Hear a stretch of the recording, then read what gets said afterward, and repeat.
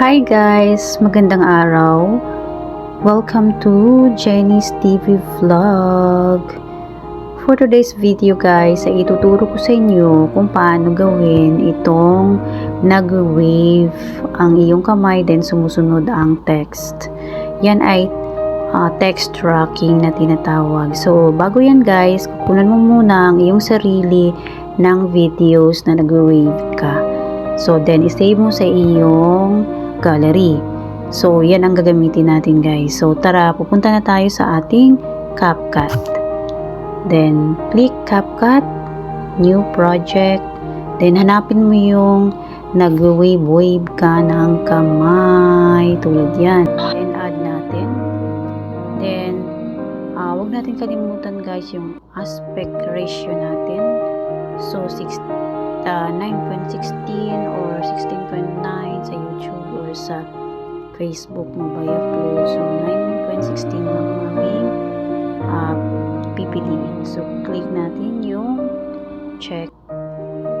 Then, punta tayo sa ating text. Then, add text. Ayan. So, hanap tayo ng phones na maganda or nasa inyo guys ang mga phones ang gusto niyo. Marami dito. So, styles, itong yellow, then adjust lang natin, palakihin, tapat natin sa ating kamay.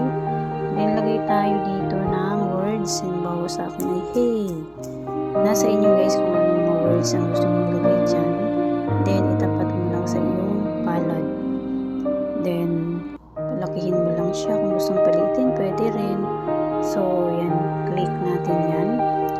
Then, tingnan natin ating videos kung okay na ba siya o yan tulad yan. So, cut natin siya. So, split. Click the video pala. Then, click split. Then, delete. Yan. Then, drag natin itong ating text padulo. Yan. Pantayin natin sila. Tsaka itong watermarks guys nakapad sa dulo delete natin yan para hindi siya makita. And then click natin yung text, tapos hanapin natin yung tracking. Ito nasa dulo. Then ayan, lumabas na yung yellow. Ayan.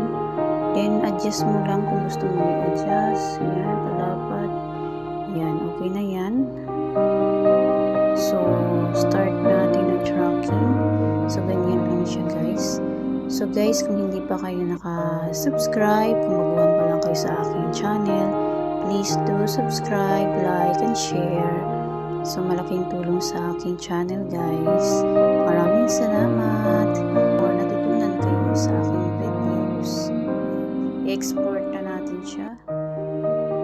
So, save natin siya sa ating device. Then, hintayin natin siya mag 100%. So, pag natapos yun guys,